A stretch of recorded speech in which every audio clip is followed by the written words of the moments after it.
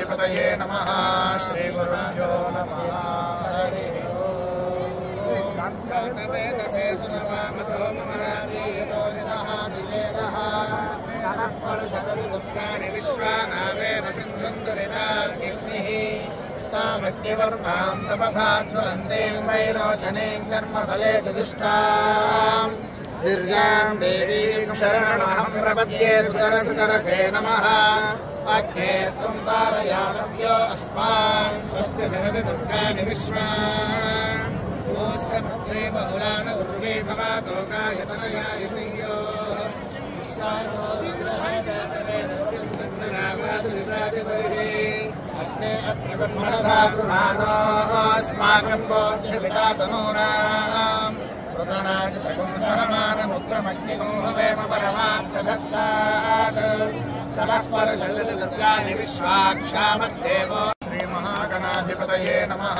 श्रीगुरुभ्यो नमः हरिः ओम्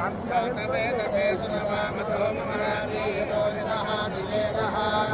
नमः परुषदुर्गाणि विश्वानावेव सिन्धुम् दुरितार्किग्निः तामग्निवर्णां तपसा ज्वलन्तीं वैरोचनीं कर्मफलेषु दुष्टाम् दिव्यां देवीं शरणमहं प्रपद्ये सुतरसुतरसे नमः अग्ने त्वं पारयामव्यो अस्मान् स्वस्ति जगति दुर्गाणि विश्वा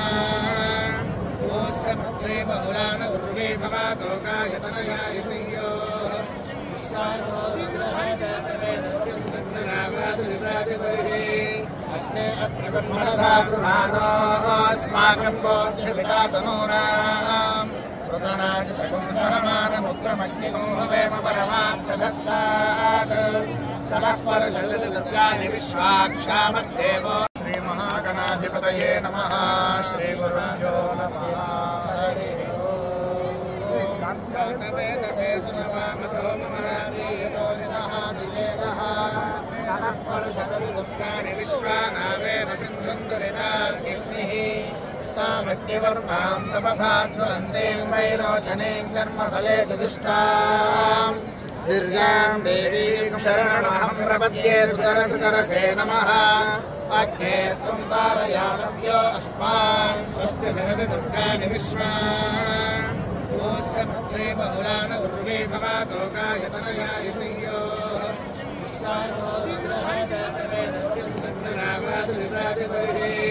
अग्ने अत्र ब्रह्मणसा गृहाणो अस्माकं बोध्यपिता तनूनाम्